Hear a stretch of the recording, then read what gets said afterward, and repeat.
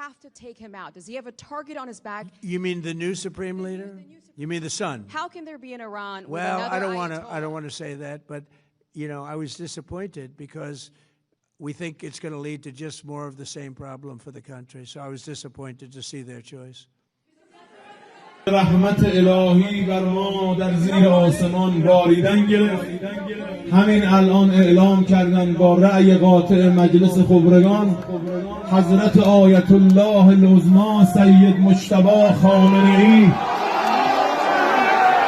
رهبر عزیز ما ولی فقیه ما الله اکبر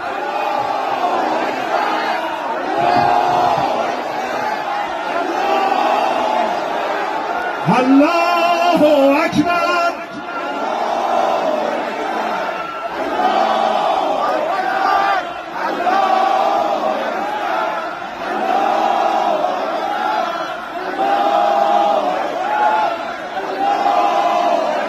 الله اکبر خامنه‌ای رهبر